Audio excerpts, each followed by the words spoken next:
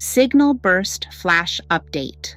August 4th, 2026. The Service FE flash update to yesterday's The Permission Ledger. 24 hours ago, this ledger stated that nobody was negotiating a return to open water, only who administers the permission layer. Tonight, the draft terms leaked, and they read like our thesis notarized.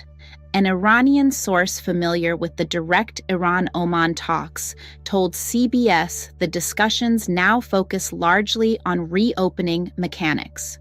Inbound ships would use the channel closest to Iran, with Iran coordinating inbound traffic. Outbound vessels would use the Omani side, with Muscat managing outbound. The proposal includes a service fee with revenue split between Iran and Oman. Broad outlines largely agreed, remaining talks focused on implementation and timing. Read the architecture, not the headline. 2 administrators, directional lanes, a priced passage with a revenue split. The strait is not reopening. It is being incorporated with a board of directors. Washington's posture confirms the frame from its own podiums. Secretary of State Rubio, progress made but not finality, expressing hope an agreement for free transit will happen very shortly, and confirming the U.S. is involved in the Iran-Oman negotiations. Treasury Secretary Bessent told CNBC a deal could land today or tomorrow, and asked directly whether Iran would be allowed to charge a toll, said only that the deal would allow freedom of movement. That answer is not a denial. Trump on canceling strikes again. I want to give them every last chance before decapitation. CENTCOM, notably, the southern route through the Strait of Hormuz remains free and open for all commercial vessels.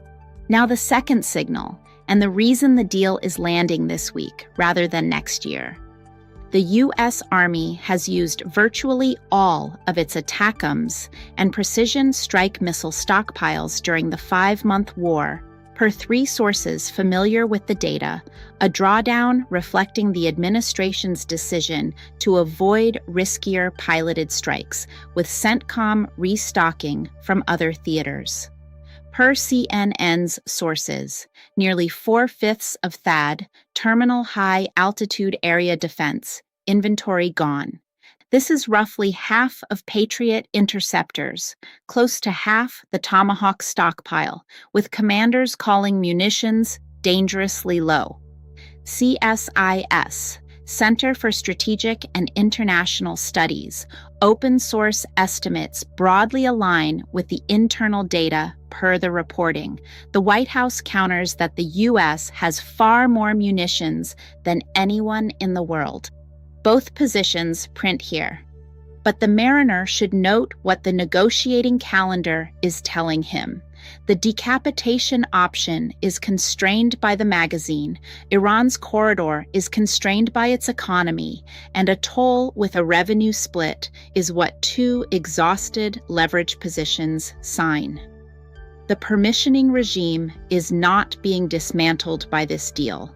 It is being ratified by it, and every narrow water on Earth is watching what a choke point earns at contract. Strategic posture.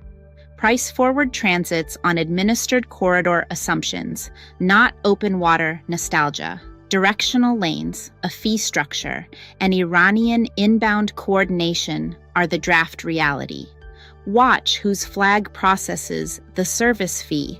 That entity inherits the sanctions exposure question this ledger flagged yesterday, and log the munitions disclosure as a Pacific signal wearing a Gulf headline. An arsenal drawn down in Hormuz is the strongest argument yet for the exit architecture, allied corridors, hemisphere doctrine. This ledger has documented signature by signature. I hope you found this information helpful. Farah Faris AI for Sovereign Station. Sassy class out.